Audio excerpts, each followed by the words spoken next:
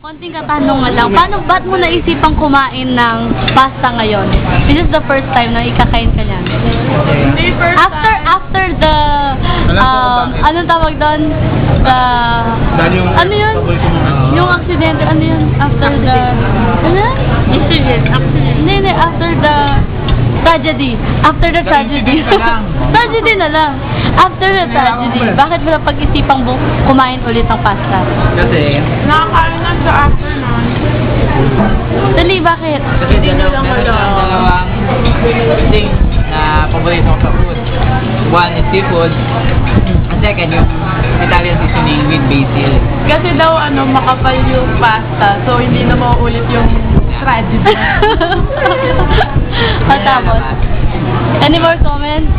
Payo mo sa mga may takot din kumain ng pasta. Tulad ng daddy mo.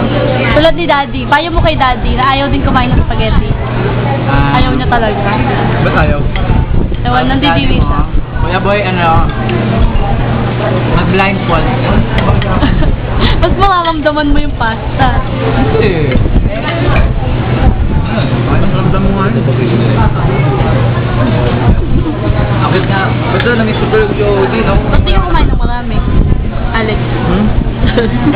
Hindi ako titingin. Wala kang gana. Wala kang gana, no? Wala. Diet.